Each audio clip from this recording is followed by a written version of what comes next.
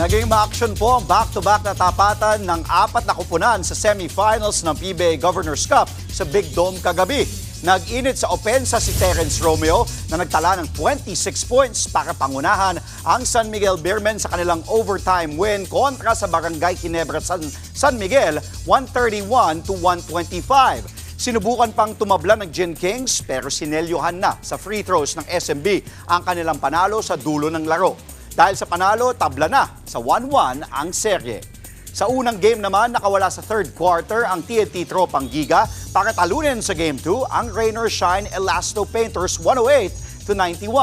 2-0 na ang TNT sa kanilang best of 7 series pero susubukan bumawi ng ROS sa Game 3. Mga kapatid, Andre Felix po. Iba na ang may alam at may pakialam sa panahon ngayon.